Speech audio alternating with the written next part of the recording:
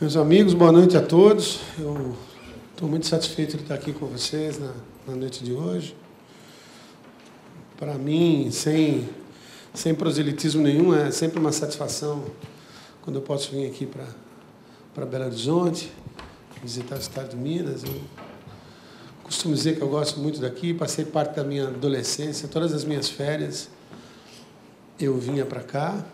A maioria dos paulistas vai para o mar, né? Paulista, eu sou de São Paulo. Paulista adora ir para a praia. Mas eu, com 16 anos, eu vim para cá, conheci Ouro Preto, me encantei, falei, nossa, que lugar legal. E aí, todo ano eu queria passar férias aqui. Aí, outro dia, acho que dos 16 aos 20 anos, eu frequentei o estado de Minas. E só depois, conhecendo o resto do Brasil, foi me dar conta de quanto isso me influenciou no meu entendimento de mim mesmo. Então, sempre que eu venho para cá, fico contente, né? Uma oportunidade. Hoje eu fiz uma visita breve, rápida aqui ao projeto, né? Não posso deixar de registrar que eu estou encantado com o projeto, com a equipe, tomei um café com a equipe também, né? As pessoas completamente apaixonadas por esse projeto aqui.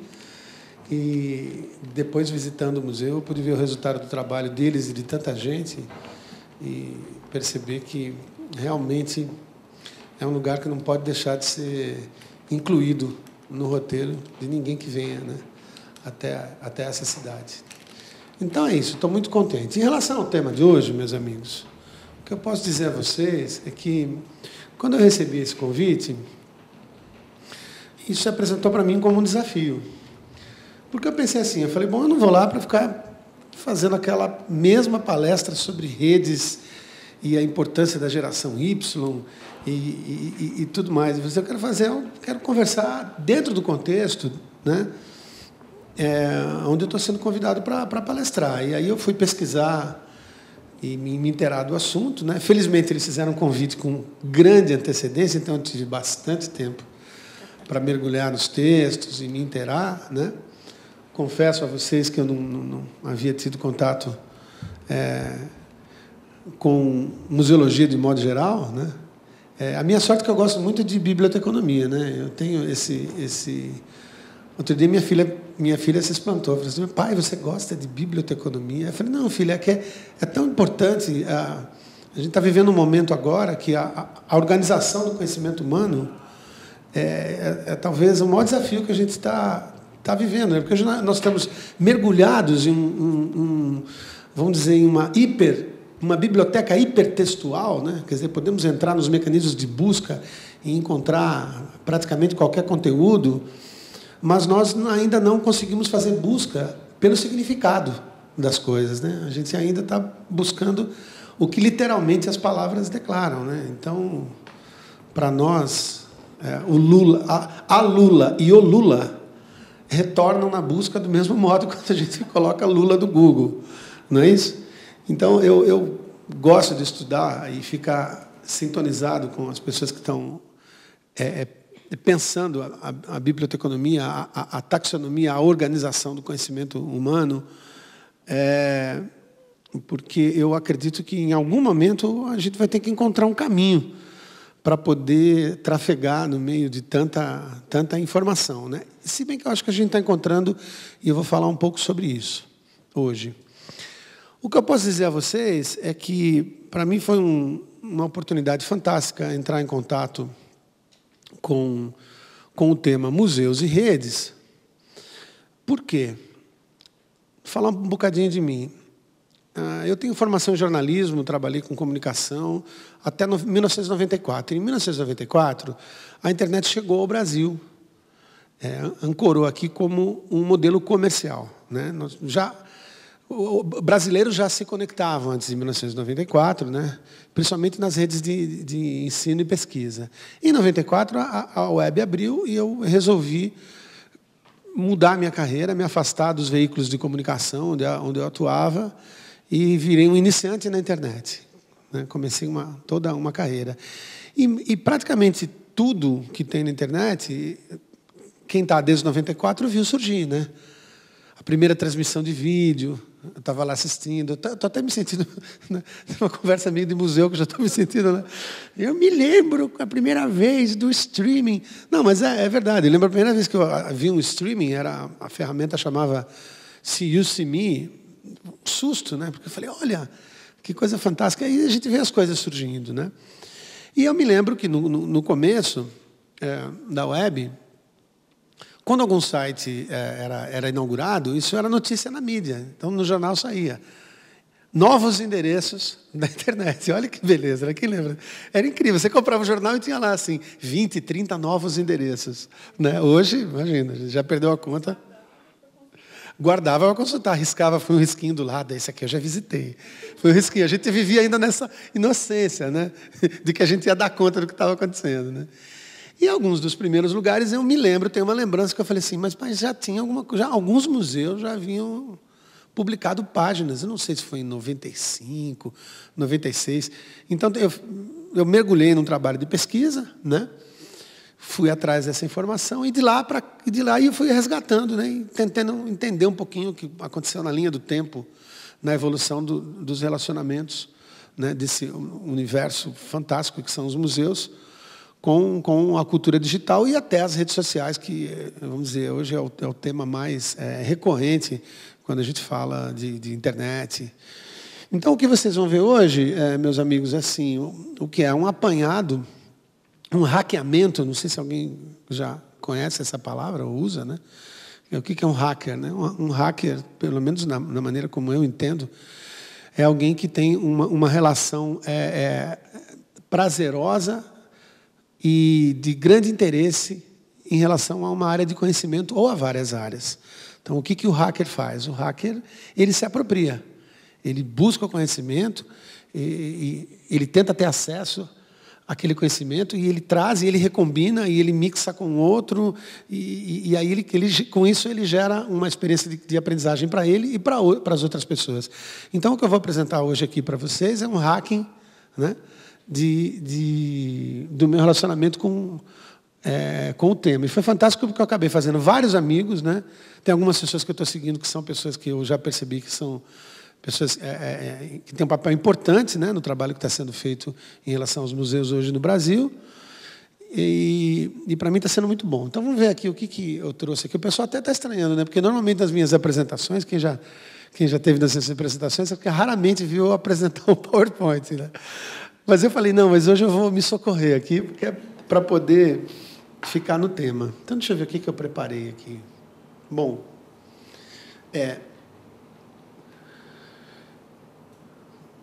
eu identifiquei 3 fases. Eu vou buscar um pouquinho na história, tá? Vou pegar um pouquinho lá para trás, tá? A primeira fase, eu chamei a fase de relacionamento de multimídia interativa, né? Então, aqui eu busquei algumas coisas em 1991. Né? E, como a palestra vai ser disponibilizada, a apresentação vai ser disponibilizada, então eu não vou ler a apresentação todinha para vocês. Quando vocês quiserem, vocês baixam e pegam as informações. Então, eu só vou destacar, fazer alguns highlights. Né? E eu coloquei as referências também aqui. Né? Mas por que eu chamei essa experiência de 91 e essa experiência de 93... Né, um congresso sobre museu e interatividade? Por que eu chamei isso da fase 1 multimídia? Porque nessa fase nós ainda estávamos na transição do CD-ROM para a internet. Quer dizer, na verdade, o CD era a grande novidade. Então, o que todo mundo desejava nessa época é como é que eu posso digitalizar e capturar tudo que eu tenho e colocar isso em um CD e distribuir. Né? Na verdade, foi uma fase muito breve. Mais ou menos durante uns 5 anos a gente viveu isso. Né? Eu cheguei a produzir CDs, cheguei a produzir conteúdo multimídia, distribuir. Depois, quando a internet surgiu, isso começou a perder um pouco a força. Né? Mas, no primeiro momento, o desejo era, como a internet não estava totalmente estabelecida, a provocação era como é que nós podemos buscar em outro suporte, em um outro substrato, o espaço de consolidação das informações visuais e textuais que nós temos para poder distribuir. Né? Então, essa é a fase semente, fase da multimídia interativa, e aqui na apresentação nós temos as referências dos encontros que consolidaram o que vinha sendo feito na época nesse sentido. Na segunda fase, e aqui eu encontrei esse encontro, esse evento em Los Angeles, na Califórnia, uma conferência sobre museus, né, em 1997.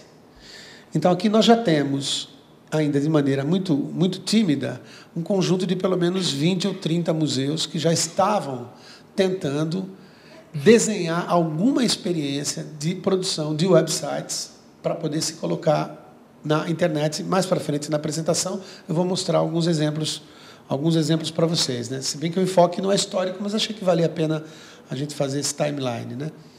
E a terceira fase, na terceira fase é o que eu chamei de debates institucionais, onde alguns órgãos e alguns comitês internacionais, mais do que abrir espaço para que as pessoas apresentem suas iniciativas, começam a construir grupos de trabalho, começam a construir fóruns de conversação e de troca de conhecimento entre os profissionais dos museus de todo o mundo que, de modo pioneiro, estavam ousando trilhar esse caminho de colocar um website no ar, né? Talvez alguns de vocês, principalmente os mais jovens, não saibam, mas digamos que até 2002, quando você publicava um website, assim, o nível de exposição era total, né? Não tínhamos tantos sites assim no ar e as pessoas prestavam muita atenção, né? Se, por um lado, isso gerava um agregado de valor enorme, nossa, agora a minha empresa, a minha instituição ou o meu museu está na internet, por outro lado, imediatamente estava sujeito a todo tipo de crítica, né? Mas por que vocês fizeram assim? Por que vocês não fizeram de outra maneira? O que vocês estão querendo com isso? O que não estão? Então, o que aconteceu é que, de modo geral, as instituições, as organizações, para dar o passo de entrar para a web, não era uma coisa banal. Isso era uma coisa muito discutida, muito debatida. Não era casual, como hoje a gente tem a possibilidade de eu entro lá, construo. Não tinha essa naturalidade. E nessa fase, que eu acho que é uma fase muito importante, aqui eu destaquei um encontro que aconteceu na Noruega, né? O início do encontro de todos esses pioneiros e o início da conversação sobre como é que está sendo para você administrar a página do teu museu na internet. Então, aqui nasce a rede social dos museus, sem dúvida nenhuma, né? Quer dizer, o primeiro encontro, quer dizer, a rede social para conversar sobre esse assunto, né? Claro que a rede mesmo já estava estabelecida, né? Bom, deixa eu ver o que eu coloquei aqui. A web levou centenas de museus a produzir diferentes tipos de sites, cuja abordagem é apenas mercadológica, com objetivos de modernização e atualização de sua imagem perante a sociedade. Ou seja, a web é vista como algo estranho ao museu e serve apenas como uma ferramenta de divulgação e captação de público para suas dependências. Os museus transformaram a internet em um espaço para apresentação de seus boletins, folhetos e catálogos, facilitando a divulgação das suas atividades. Bom, então, o que eu estou destacando aqui? No primeiro momento, qual foi o uso da web? O mais básico, né? Vamos publicar a programação. A internet é vista como uma mídia, um elemento de informação para a sociedade. Quer dizer, nesse momento ainda a instituição está preservada, ela está no mesmo lugar que ela sempre esteve, só que agora ela inclui a internet como sendo mais uma mídia.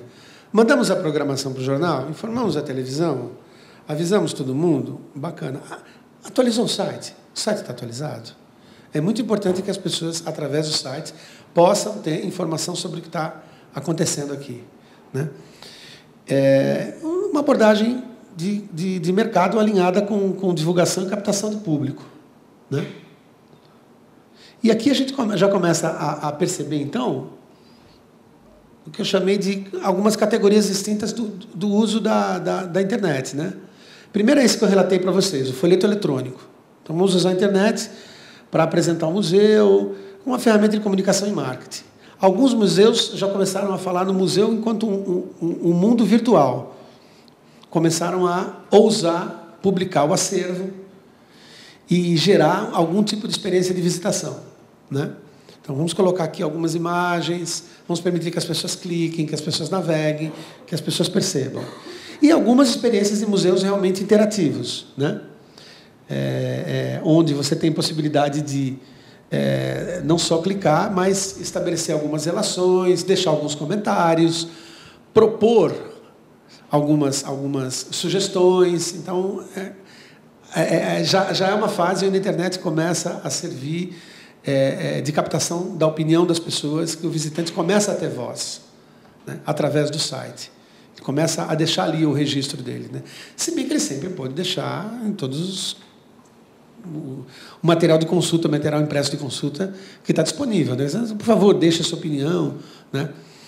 Mas aqui, na internet, não era usual, né? Na verdade, a gente tinha pouca interatividade, né? Você só visualizava. Bom, e aqui, então, eu falei da visita presencial e a visita digital. Sensação espacial e a experiência de se visitar um grande museu é particular e única. Ao se visitar uma exposição na internet, a experiência também pode ser particular e única, porém é de outra ordem. Então, o que eu posso dizer é que, apesar da versão digital dos museus ser apresentada como algo do tipo, você não precisa mais ir para Paris para poder visitar o Louvre, né? Apesar de ter sido reduzido pela mídia numa frase como essa, o que nós temos efetivamente é uma ampliação da experiência. Ou seja, mesmo que você tenha ido a Paris e visitado o Louvre, você pode visitar o site. É uma experiência de uma outra ordem, de uma outra categoria. O que você vive tendo acesso a essa informação a partir da interface que está estabelecida na sua casa é uma experiência completamente distinta de você visitar o museu. E aí a gente começa a experimentar a criação de um novo espaço de experiência. É dele que eu quero falar um pouquinho. O museu de hoje ampliou consideravelmente suas atividades, tornou-se bastante complexo, mas a sua presença na web tem sido tímida e muitas vezes é utilizado como uma extensão, reproduzindo assim os vícios de suas matrizes materiais. Na verdade, eu acho que o que nós temos é um grande, até pouco tempo atrás, pelo menos até 7 anos atrás, é um grande espaço de experimentação, onde ninguém sabia nada, estava todo mundo experimentando tudo, né? De certa forma, ainda estamos, mas parece que hoje nós temos experiências planetárias que estão mais consolidadas, né? Quer dizer, temos uma rede social com 1 bilhão de pessoas. Então a gente olha e fala assim, puxa, parece que a gente tem algo concreto. Mas sabemos que ainda estamos numa grande fase de experimentação. Mas antes, a experimentação era absoluta. E nessa experimentação, a tendência natural é você reproduzir a metáfora do que nós temos no presencial. Então, o que eu vou levar para a internet? Então, eu vou levar o hall de entrada, as obras estão organizadas em salas, você clica numa sala, você vai entrar na sala Cândido Portinari, lá estão as obras do Cândido Portinari. Então, ainda é uma fase de representação como se nós estivéssemos tentando recortar o que tem no mundo atômico, né? Recortar e colar no mundo dos bytes, né? E falar assim, olha, está aqui, trouxemos um pouco disso para você. Onde estamos agora? Então, para onde isso tudo nos levou? Bom, aqui eu coloquei 3 pontos que eu acho que são os mais relevantes. Primeiro é o seguinte, o objeto, seja qual for, né, o objeto dos museus está explodido pela realidade aumentada. Nós temos hoje tecnologias, e aqui é um ótimo exemplo, né, eu tive aqui algumas experiências hoje, seja o jogo de holografia produzido pelo espelho, né, quer dizer, com o que eu estou me relacionando ali? Onde é que está o objeto? Ele está explodido, ele está aumentado. Eu posso olhar num telescópio e encontrar um material, eu posso entrar dentro de uma grande projeção. Então, as possibilidades de apresentação do objeto elas estão completamente expandidas. Primeiro item. O segundo item. O espaço está ampliado pelo acesso digital. Isso quer dizer que as pessoas, em alguma medida, podem ter uma experiência de relacionamento com o que está presente no espaço físico que antes elas não poderiam. Pessoas do mundo todo. E a informação está multiplicada em fragmentos de diversas fontes. Um exemplo de realidade aumentada, e aí vem essas expressões, né? Museu digital, net museu, cyber museu, web museu, museu virtual. Né? Eu coloquei um link aí da página do iDreams. Aí nós vemos duas pessoas interagindo com um objeto, né? Ou seja, cada vez mais os sistemas de recuperação digital das informações, que simulam a experiência de contato do visitante com a realidade, se sobrepõem à própria realidade. Ou seja, aqui nós temos... E cada vez mais nós temos banda na internet, e tráfego, e capacidade na internet, de tentar trazer isso para a experiência das pessoas, estejam onde elas estiverem. Então, isso que esse casal está experimentando aqui, isso está dentro da instalação física do museu, ele poderia estar experimentando na sala da casa dele. Então, ou seja, do mesmo modo que hoje nós fazemos o download de um filme, você vai poder fazer o download de um acervo. E quando você fizer o download desse acervo, você está no contexto do museu. Não é que você trouxe a informação de lá e agora a informação está aqui. Não, o museu está onde as pessoas estão e onde os dispositivos permitem que a informação seja recuperada. O que eu fiz aqui? Para frente. Mais um exemplo de realidade aumentada, né? Então, o que nós temos aí? Ele está apontando o smartphone para uma paisagem e, conforme ele vai apontando, as informações da paisagem vão surgindo no smartphone. Então, eu tenho uma espécie de guia virtual para seja o que for que eu queira enxergar. Então, essa experiência, por exemplo, gera o quê? De repente, a cidade toda pode ser o nosso museu, né? Nós podemos criar um conjunto de informações e, enquanto as pessoas andam na rua com seu aparelho telefônico e apontam para um edifício, clica, né? Ou nem clica, chacoalha, né? Que agora esse negócio de clicar já coisa de velho, né? Não tem isso, né? E aí a informação surge sobre a realidade. E você fala, olha, que interessante, esse aqui é o edifício, né? De tal época, ou construído sob tal arquitetura, e você pode navegar hipertextualmente nessas informações. Então, aonde está o museu, nesse caso? O museu está onde as pessoas estão, né? Na relação com a informação. Então, aí, a interação do público. A informação como um sistema relacional. Deixa eu ver o que eu coloquei aqui. As atuais tecnologias de comunicação como a web utilizam dispositivos que solicitam uma ação do usuário para que se desencadeie uma outra ação como resposta, potencializando as ideias de interatividade e participação.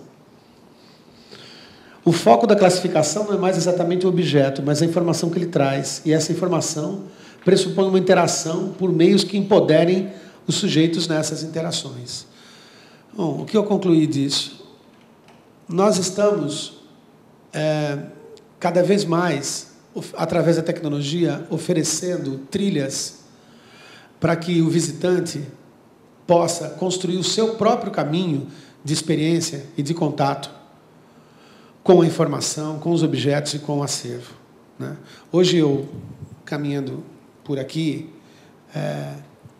deu para perceber que tem uma inteligência na construção dos espaços, né? Um corredor que nos leva a uma sala, e essa sala nos convida a ir para uma outra área, e acho que quem concebeu esse espaço pensou isso muito bem, né? Mas tem um limite. Eu não posso atravessar uma parede e ir de uma ala na outra, né? Quer dizer, tem um limite no meu roteiro de visita. E eu consigo gerar uma sintaxe, uma ordem de apresentação. Essa ordem, quando a gente começa a entender a cultura digital no relacionamento com os museus, a gente percebe que é essa ordem que está desmanchada. E, de repente, eu posso visitar de uma maneira completamente própria. E eu posso gerar conexões que talvez quem propôs toda a lógica da curadoria nunca imaginasse, né? Eu posso, talvez, olhar tudo que é amarelo Eu gostaria de ver tudo que é amarelo. Por que não? E o que eu vou ver aqui se eu buscar o que é amarelo? Vou ver as pedras que são amarelas, vou ver os móveis que são amarelos, vou ver uma coluna que é amarela. Mas o que tem a ver a coluna com a pedra? Com o objeto? E o que tem a ver o amarelo com... Bom, essa construção é minha. Essa experiência que eu vou viver. Então, a hipertextualidade é uma experiência de empoderamento do visitante. Eu não sei, eu acho que aqui deve ter algumas pessoas, pelo menos, que trabalham em museus, operam com museologia, e eu acho que isso pode te trazer uma reflexão muito poderosa. Porque, na verdade, você pode se perguntar, e qual é o meu trabalho, então? Será que eu estou aqui só para reunir informação? Será que agora eu não sou mais um curador, eu sou um colecionista? Né? Será que agora eu tenho só que reunir isso tudo e colocar tags de localização, colocar isso em ordem alfabética ou de algum outro modo? Ou será que esse espaço de co-experiência com o visitante traz um conjunto de possibilidades e um novo momento que ainda é desconhecido e merece ser explorado por todos? Eu escrevi uma provocação aqui. Se os museus se aproximam, em certa medida, por favor, das enciclopédias, tá? Eu não quero ser reducionista. Na medida que organizam e preservam os patrimônios informacionais, qual seria o equivalente da Wikipedia no universo dos museus contemporâneos? Acho que quase todo mundo conhece a Wikipedia, que é uma enciclopédia, né, produzida coletivamente. Eu sou wikipedista, tenho orgulho de ter 3 verbetes na Wikipedia. Não é fácil aprovar um verbete lá, porque cada verbete meu tem uma multidão de 40 pessoas. Eu publico uma palavra, tem 39 para falar. Não sei não, hein? Mas, enfim, seja como for, é um ambiente autorregulado. A comunidade de wikipedistas é responsável pela manutenção e pela organização da informação. Então, eu coloquei essa provocação justamente porque o desafio de você compartilhar a autoria do contexto que você está produzindo tem como metáfora principal a Wikipedia, né? A Enciclopédia Britânica, esse ano, interrompeu sua publicação em papel, né? Não foi isso? Foi. Né? Eu não vou me livrar da minha Enciclopédia Barça, 1969, que a minha mãe, que é funcionária pública, levou 4 anos para pagar. Mas é lógico que ela tem um significado completamente diferente para mim. Né? Eu mostro para minha filha e falo assim, olha, filha, como é que a gente estudava o corpo humano? Ela fazia, olha, é para colorir? Eu falei, não, minha filha, é que é preto e branco mesmo. É assim mesmo. Né? Como seria, né? Dimensões da cultura digital. Vamos lá, eu levantei 3 dimensões. Primeiro, a dimensão da discussão sobre arte, no sentido mais amplo da palavra. Né? Redes sociais e fóruns digitais. Experiência de visita, realidade aumentada e visitação virtual. E espaços de expressão, curadoria. Vocês já ouviram essa expressão, curadoria de internet? Não sei se todo mundo conhece. É um termo relativamente novo, né? Assim, digamos, para o grande público. Mas o que é a curadoria na internet? Nós estamos cada vez mais mergulhados em uma infinidade de informação. Né? E a gente já começa a perceber as pessoas reclamando bastante disso. Né? Gente, eu não dou conta nem de ler as revistas que eu assino, quanto mais, não é isso? E assim, quais são os filtros possíveis dessa quantidade de informação enorme? Um filtro é o filtro matemático, o algoritmo. Né? Que é isso que fez a fortuna dos criadores do Google. O pessoal do Google criou um algoritmo que diz o seguinte: quando eu procuro a palavra felicidade, provavelmente o que eu estou buscando encontrar é algo que, na sua opinião, é o mais importante. Porque se é o mais importante para todos vocês, talvez seja para mim também. Então, como é que funciona o algoritmo do Google? Ele fica monitorando o tempo todo o que todo mundo está procurando e encontrando, e quando alguém busca de novo, ele entrega primeiro, né, o que todo mundo encontrou. Tá? Então, eles estão tentando resolver o tsunami informacional através do algoritmo. A outra possibilidade é a seleção através das redes humanas. Então, eu tenho interesse em me informar. Eu não consigo ler todas as revistas. Tá? Mas eu sei que você lê um determinado tipo de revista. Você lê outro tipo de revista. Você tem acesso a outro tipo de conteúdo. Então, o que eu faço? Eu sigo você, sigo você, sigo você e sigo você. Você lê o que você lê, seleciona. Você seleciona, você seleciona, você seleciona. Então, todos os meus amigos passam a ser uma rede de seleção do conteúdo que está disponível. E vocês filtram tudo que eu busco. E é por isso que a gente diz assim, eu guardo o meu conhecimento dos meus amigos. Né? Aí, eu costumo dizer assim, na verdade, eu guardo conhecimento na internet. Os meus amigos são aqueles que selecionam o conhecimento para mim. Então, essa é uma outra possibilidade. E uma outra possibilidade de seleção de conteúdo é quando alguém, de maneira proposital e consciente, se transforma em um curador de conteúdo. Então, por exemplo, eu gosto de estudar... eu gosto mesmo. Eu gosto de estudar aprendizagem informal. É um microtema, subtema. Né? Gosto de estudar também cibernética conversacional. Um outro subtema do subtema do subtema. E eu estou sempre buscando, por todos os meios, palavras-chave ligadas a esses dois temas. Eu busco, encontro, seleciono e publico na minha página sobre aprendizagem informal as informações. Então, eu me transformo em uma fonte de fontes. Esse é o trabalho da curadoria da internet e nós já temos hoje diversos ambientes, diversos sites que oferecem a possibilidade de você agir como curador. Daqui a pouco eu posso até mostrar alguns para vocês. Tá? Então, é isso que eu quis destacar aqui no terceiro item. Então, o que eu coloquei? As 3 dimensões da cultura digital. Né? A discussão sobre os objetos, isso a gente encontra nas redes sociais e nos fóruns digitais, a experiência de visita, da realidade aumentada e da visitação virtual e os espaços de expressão. Coloquei aqui algumas listas e alguns sites que eu visitei, algumas referências que depois pode ser interessante para vocês. Não vou entrar em tudo agora. Encontrei... Uau! Que legal! Encontrei alguns... Bacana, né? Encontrei algumas redes sociais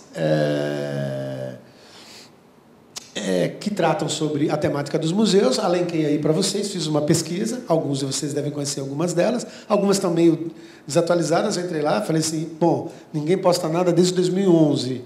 Desde julho de 2011. Mas, enfim, a rede está lá, como o conteúdo nunca envelhece, né? A gente costuma dizer que... Alguns blogs também, na temática dos museus, incluí isso Aqui eu publiquei o quê? Compartilhei com vocês. Aqui, um dia depois que me convidaram, na verdade, um dia depois de eu ter aceitado, que eu falei, ih, rapaz, aceitei esse negócio de falar de museu lá e agora, né? O que eu vou fazer? Aí entrei no Facebook e publiquei lá. Alguém conhece algum texto interessante do tararararararará, que vocês possam me ajudar? Isso aqui é a resposta dos meus amigos em relação ao meu apelo. Eu achei que seria interessante destacar para vocês, né? Vocês podem ver lá. A Mariana está aí, Mariana, você está aí, inclusive. Fechamos o ciclo, né? Você respondeu lá para mim, agora está aqui. Bacana. O André, né? Olha, todo mundo respondeu há mais ou menos 1 hora. 1 hora depois, 7 minutos, 8 minutos de eu ter publicado, 10 minutos, de baixo para cima. 1 hora. Eu tenho mais ou menos umas 1.700 pessoas que me seguem no Facebook. E mais ou menos não, umas 1.300 no Twitter. Então, quando eu publiquei isso, eu pude perceber a resposta da rede e sentir como é que funciona essa potência. E eu achei que seria bacana compartilhar essa experiência com vocês, por isso eu coloquei aí o slide. Esse site eu achei super bacana, não sei se vocês conheciam, o Mumiorg. Eu achei que é o maior hub de informação sobre museus e o tipo de curadoria que eles oferecem, tem 3 idiomas e tem desde a história dos museus da internet até algumas coisas mais contemporâneas. É bem bacana, né? Eu naveguei, mas ele é gigantesco. Então, aliás, todos os sites de museu... isso eu notei também, que o site do museu tem essa coisa de museu também, que nunca dá tempo de você ver tudo. Eu estava centros... Não tem essa assim, preciso voltar outro dia, né? Você precisa vir com calma. É a frase que a gente mais ouve das pessoas que visitam o museu. O que você achou do museu? Não, maravilhoso. A gente, umas coisas assim. Você viu, tudo não dá para ver, né? A gente precisa voltar com calma. E na internet, mesma coisa, né? Então, eu destaquei esse aqui para vocês. Em relação ao mobile, eu encontrei esse endereço, tá? Que também vale a pena. Vocês veem que eu estou trabalhando assim na perspectiva de que vocês têm uma relação com esse conteúdo depois do encontro, né? Porque eu não vou ficar aqui navegando, mostrando cada uma das coisas e comentando, porque não tem... Na internet não tem locutor, não tem comentarista de site, né? Vejam esse, vejam aquele... Mas eu achei que valeria. E aí eu coloquei uma conclusão aqui, aí dá para a gente começar a fazer umas perguntas e conversar. O que eu coloquei aqui de conclusão? O museu é um simples meio ao serviço de uma função, aspas, né? Que passa a ser um contexto experiencial definido pelo entrelaçamento de diversas interfaces presenciais e digitais. A interatividade, os enlaces, ou os links e as formas de leitura e visualização formam cada vez mais um conjunto que exige a participação e a escolha por parte do usuário. Visitantes como produtores e não apenas consumidores, produtores de novos significados, numa condição que os capacita a assimilar, negociar ou resistir ao que lhes é imposto. Então, e aí um dos documentos que eu usei como referência para produzir esse material, eu usei vários, mas esse aí eu achei que valia a pena destacar. Bom, depois dessa coisa toda, o que eu posso dizer para vocês? A questão é... Deixa eu ver se tem mais algum slide aqui, porque aí eu já entro na conversa mesmo. Isso. Então, a questão para mim é a seguinte. Qual é a rede de conversação que está estabelecida? Fundamentalmente. Primeiro, quais são as redes que eu encontrei? Né? Tem a rede das pessoas que conservam os museus. Tem uma rede profissional espalhada pelo mundo todo. Essas pessoas estão conversando entre si, em alguma dimensão. Você tem a rede dos visitantes, das pessoas que têm um relacionamento. Tá? Em que medida essa conversação e em que medida a tecnologia permite que novas experiências sejam co-construídas? Quais são os canais de feedback que estão disponíveis? E como isso vai modelar o museu do futuro? E eu estou falando dos próximos 15 anos, né? No futuro que todos nós veremos. Como é isso para vocês? Na verdade, eu vim para cá com mais perguntas. Depois de eu montar esse material todo e ler vários artigos, eu vim como eu gosto de vir mesmo para um encontro como esse. Eu vim cheio de perguntas, né? Aí eu fiquei tranquilo. Eu falei, bom, se me perguntaram alguma coisa lá, eu falei assim, pois é, você pergunta, eu pergunto junto. Você pergunta, eu pergunto junto. O que eu posso dizer a vocês, a partir da minha experiência, vamos dizer assim, de dentro, porque eu participei e ainda participo da indústria da internet no Brasil. Então, assim, qual o impacto que a internet causou nas empresas, qual o impacto que a internet está causando nos governos, qual o impacto que a internet está causando nas igrejas, qual o impacto que a internet está causando nos agrupamentos sociais.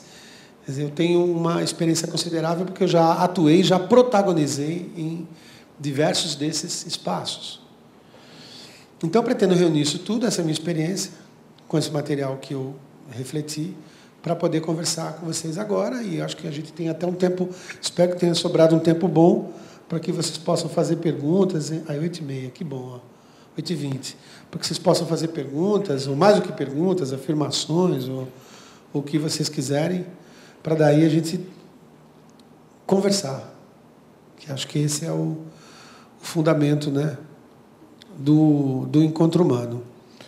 O que eu posso dizer, falando então agora sobre esses espaços de conversação, sobre essas redes, é que na minha visão, a rede, ela vai além de um simples espaço de troca de informação. Eu acredito que a unidade o objeto da existência humana não é a informação, é a relação. E eu acho que só existe uma relação humana na dimensão da possibilidade de transformação de cada sujeito que se relaciona com o outro. Uma relação onde eu me proponho não me transformar em nada, mas quero me relacionar com você, eu não sei se eu posso chamar isso de uma relação social. Eu acho que a relação humana, a relação social, ela passa... E é gozado porque tem esse termo redes sociais, né? Essa palavrinha, às vezes, ela passa rapidamente, né? Mas ela é a chave. Né? O que é uma relação social? O que é uma comodelagem? O que é um encontro humano? Em que medida eu te vejo e te escuto no lugar onde você está? Ou em que medida eu simplesmente filtro tudo que você me apresenta a partir dos meus critérios? Deixa eu ver o que você está me dizendo. Eu concordo com isso. Não, isso eu não concordo. Isso não tem nada a ver com esse assunto. Enquanto eu tenho esse filtro ativado e estou no controle do que me toca, será que eu estou numa relação social? Agora, quando eu te vejo, quando eu me afeto por você, quando eu me toco e te percebo, e vejo que até você não faz muito sentido para mim, não estou te entendendo direito, mas, queria saber mais. Como é que é? E nesse encontro eu me transformo, em alguma medida. Aí, o que eu posso dizer é que, para mim, a gente tem uma relação social. E eu estou me baseando em milhares de anos de existência da nossa espécie, da espécie humana. Nós somos esses seres sociais, esses seres que cuidam dos filhotes, né? Todo mundo que está aqui foi cuidado por alguém. Não tem ser humano vivo que não tenha sido cuidado por outro ser humano. Interagir, trocar, construir, faz parte da nossa construção enquanto espécie. E enquanto indivíduo, se é que a gente pode dizer que existe indivíduo, né? Porque num espaço de construção múltiplo como esse, quem é que vai dizer que tem uma individualidade única? Então, eu hoje, assim, para fechar minha fala, meus amigos, o que eu vejo é que o interesse sobre o uso das tecnologias digitais na perpetuação dos espaços de controle humano é enorme. Tem uma multidão de gente tentando entender como é que eu vou fazer a campanha do próximo produto que eu vou lançar usando a rede social. Tem um monte de gente tentando descobrir o enigma de como é que eu uso a rede social para me reeleger. Tem mais um monte de gente dizendo como é que eu posso usar essa coisa da internet para influenciar a opinião de milhares de pessoas em relação a favor disso ou a favor daquilo. Isso é só a perpetuação do controle. E as pessoas tentando usar esses meios, e ainda não sabem exatamente como, ainda bem, para tentar manter tudo na palma da mão. Por outro lado, também tem uma multidão de pessoas dizendo assim, puxa, as paredes caíram, as barreiras dissolveram. Eu não tenho mais nem a barreira do idioma, eu posso usar o tradutor simultâneo e conversar com um jovem turco. Isso é um assunto que eu gosto. Posso me encontrar com qualquer outra pessoa no mundo. O mundo, para mim, ficou grande. E eu acho que um pouco são essas duas abordagens que estão pautadas hoje. As duas principais. Né? E quando nós percebemos o que está acontecendo na internet de modo geral, iniciativas para controle, né? Como é que a gente pode garantir que as pessoas não vão ter acesso a um conteúdo pelo qual elas não pagaram? Como é que a gente pode garantir que as pessoas não vão ter acesso a um determinado tipo de conteúdo que pode ser perigoso para a comunidade? Como é que a gente pode garantir que isso pode garantir aquilo? E aí a gente começa a ter uma série de propostas, de atos institucionais e legislativos para controlar a internet. A cada 3 meses a gente tem uma proposta nova, é o SOPA, é o CITA, é o ACTA. E cada vez mais a gente vai perceber que esse território, que antes era um território totalmente livre e autorregulado, ele está sendo objeto de cerceamento. A gente tem esse discurso. E também temos pessoas encontrando meios de driblar a tecnologia, conectar servidores invisíveis para se conectar com outros servidores invisíveis, para pular a cortina de ferro dos países totalitários e para encontrar novos espaços de liberdade. Então, eu acho fantástico, né? Porque acho que nunca a gente teve um controle tão grande, uma oportunidade tão grande de poder observar, diante dos nossos olhos, uma espécie de disputa, né, entre a liberdade e o controle. E a questão é, onde que cada pessoa quer estar disso? O que você quer quando você se conecta? O que você está procurando? Você tem uma finalidade? Ou você quer encontrar uma pessoa para te trazer uma dimensão imponderável para a sua própria vida? E acho que essa reflexão ela vem para dentro das instituições, principalmente as instituições que fazem a gestão de conteúdos informacionais extensos. Instituições que tratam da gestão de objetos de conhecimento, que eu acho que muitos de vocês participam exatamente dessa posição. Quer dizer, o quanto eu quero abrir e permitir que as coisas possam ser remodeladas, remixadas e alteradas, e o quanto eu quero preservar. E essas coisas são excludentes? Será que se eu abrir e permitir que todo mundo remixe e recombine, será que eu não posso também preservar? Será que uma coisa anula a outra? Né? Será que quando Gilberto Gil publica... Ou Paulo Coelho, melhor exemplo. Paulo Coelho disponibilizou as obras na internet. Acho que vocês souberam disso. Ele colocou como... Não como domínio público, porque não é assim que funciona, legalmente, mas moralmente ele disse, olha, isso não é meu, isso é de vocês.